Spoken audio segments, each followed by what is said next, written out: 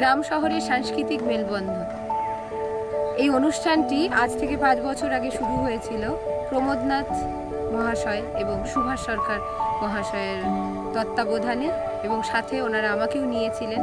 তাই আজকে সুভাষ সরকার মহাশয় আমাদের মধ্যে নেই, কিন্তু ওনার স্মৃতিচারণার সাথে সাথে আজকে আমাদের এই অনুষ্ঠানটি আরেকবার 5 বছর হলো এটা এখানে ওই কালকুট বনবসতিতে আজকে অনুষ্ঠিত হলো।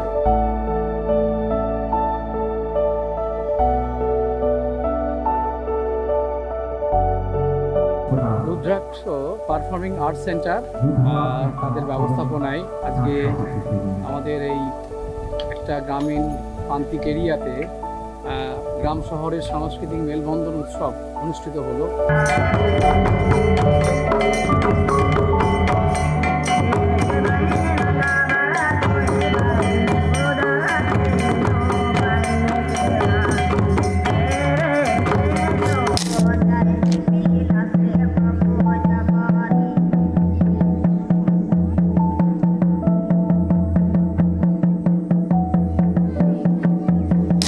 এই উদ্যোগকে সাধুবাদ জানাই।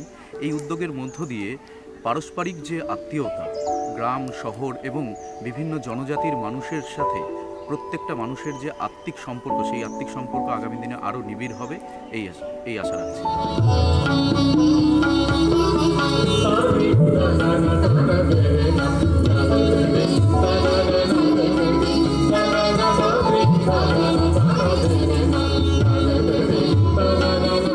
এটার মূল উদ্দেশ্যই একটি গ্রাম এবং শহরের যে সাংস্কৃতিক পরিমণ্ডল রয়েছে সেটাকে একত্রিত করা, এবং আমাদের যে পরবর্তী প্রজন্ম রয়েছে তাদের কাছে এই বার্তাটি তুলে ধরা যে শুধু নিজের কালচারের মধ্যে থাকলেই চলবে না, পার্শ্ববর্তী যত কালচার আছে তাদেরকে জানতে হবে, তাদেরকে বুঝতে হবে।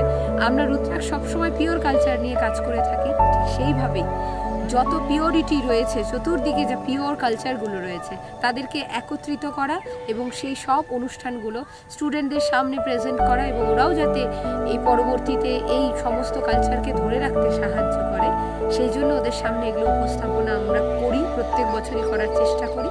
এবং আশা রাখি যে নতুন প্রজন্ম যারা আরও নতুন শিল্পী তৈরি হচ্ছে তারা এই কালচারটিকে ধরে রাখবে এবং নিজস্ব কালচারকেও এগিয়ে নিয়ে যাবে, যা আমাদের ভারতের ঐতিহ্য।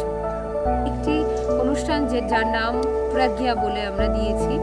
প্রজ্ঞা আমাদের একটি প্রজেক্ট, যেই প্রজেক্টটি আমরা এখানের এই কালকুট বনবসতির অনেক বাচ্চারা আমাদের ওখানে গিয়ে শেখে, আমরা তাদের বিনামূল্যে শেখাই।